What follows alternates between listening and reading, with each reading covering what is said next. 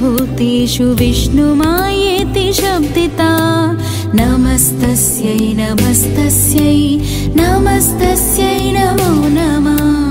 या देवी सर्वभूतेषु चेतनेत्याभिधीयते नमस्तस्यै नमस्तस्यै नमस्तस्यै नमो नमः। या देवी सर्वभूतेषु बुद्धिरूपेण संस्थिता नमस्तस्यै नमस्तस्यै नमस्तस्यै नमो नमः।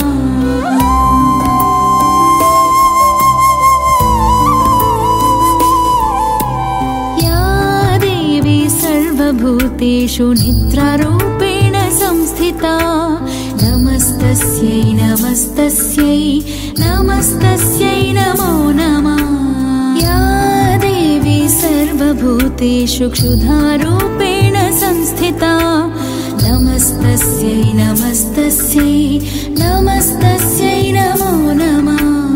या देवी सर्वभूतेषु छायारूपेण संस्थिता नमस्तस्यै नमस्तस्यै नमस्तस्यै नमो नमः।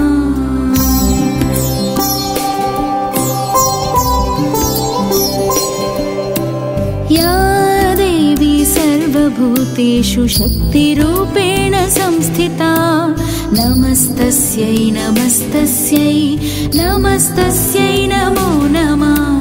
या देवी सर्वभूतेषु तृष्णारूपेण संस्थिता नमस्तस्यै नमस्तस्यै नमस्तस्यै नमो